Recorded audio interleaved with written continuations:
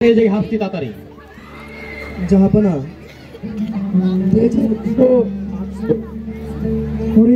সব তেজ হয়তো এক জায়গা থেকে আসে জানান। তুমি বড় বাজে বকো মশরু।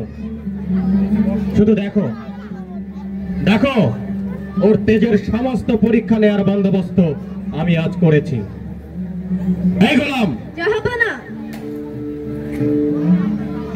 কোথায় আপনার তামাশা? আমি আস্তে বহুত আচ্ছা, কিন্তু আপনার তামাশা কোথায়? আমি তো কোতোয়ালির মাথানে বসে বসে হয়রান, শেষে যে আপনার ডাক পড়লো সেজন্য শুকরিয়া। দেখবে তামাশা, কিন্তু কোথায়? আছে বেগম সাহেবা। কিন্তু কই? ওই ও ওকে এক নফরমান অবাধ্য কয়েদি, আমার কথার কোনো ইজ্জত রাখে না। ওর গর্দান দুটুকরা করে, ওর অপরাধ কি? বেশুমার আমার অবাধ্য গোলাম, আমার অবাধ্য নফরমান বান্দা। চাবুক লাগান। তাই লাগিয়ে লাগিয়েই তো শরীরের এই দশা। বেশ করেছে, কিন্তু গোলামটা কে? বলছি, সব বলবো তোমাকে। গোলামটা কে মশরুর? মশরুর নাম জানে না। তা মশরুর নিজের মুখে বললেই পারে। গোলামটা কে? তুমি নিজে গিয়েই জিজ্ঞেস করে নেও না। বেশ, তুমি কে? তুমি কে? কে তুমি? জবাব দাও।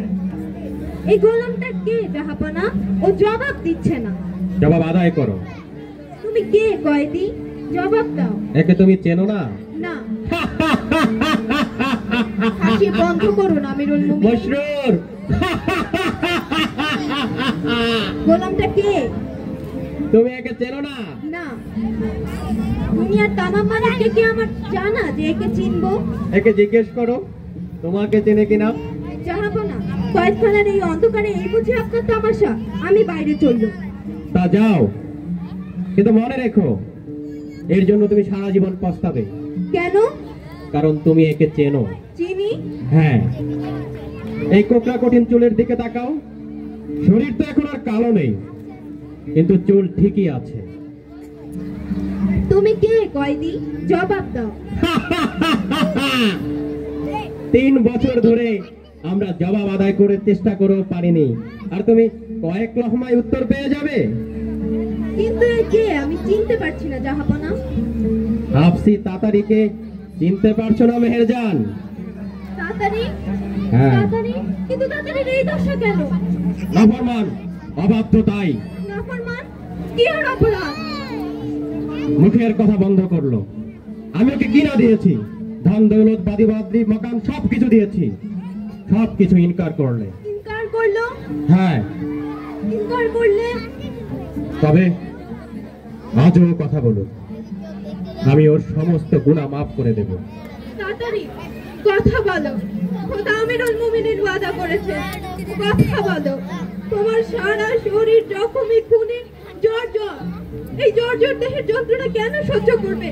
কথা বলো। জবাব আদায় করো মেহেরজান। তাড়াতাড়ি খোদার ওয়াস্তে একবার কথা বলো।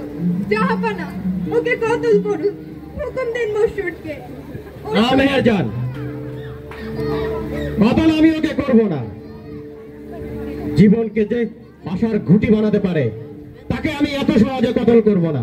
না জাহাপনা, ওকে আমি তিলে তিলে দগ্ধে দগ্ধে মারবো। না জাহাপনা, এত নিষ্ঠুর হবেন না।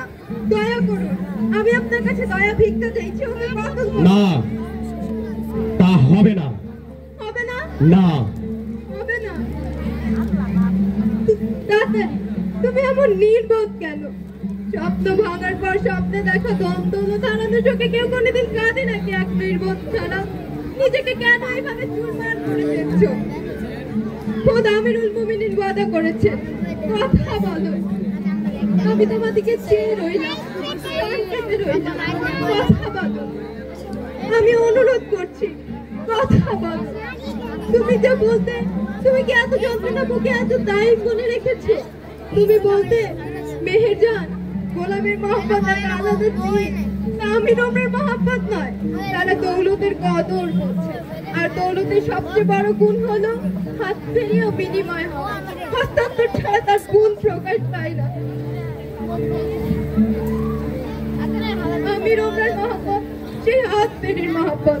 গোলামের প্রেম ধ্রুবতারার মতো স্থির আকাশের এক প্রান্তে একাকী মৌন অবিচল। তুমি তেমনই অবিচল আছো, কিন্তু আমি তো বিনিময়ের ভাটিতে সিদ্ধ হয়ে গেলাম, আর বান্তি থাকলাম না। গোড়া ঘাতের এত ব্যথা বয়েছ, এসো মুছিয়ে দিই মুছে। শান্তি, শান্তি! এই বেগম সাহেবাকে ধরে নিয়ে যা। না, লজ্জা পাস না শান্তি? দুজনে দুই হাত ধর। তোমার যন্ত্রণা মুছে নিতে পারলাম না।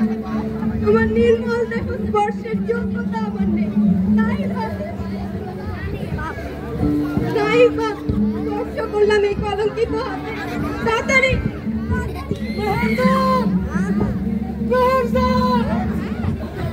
শোনো আমিরুর রশিদ, বেত্তমিজ! যা বের হও! শোনো আমিরুর রশিদ, শোনো আমিরুর রশিদ, দিরহাম দৌলত দিয়ে এটা হাত থেকে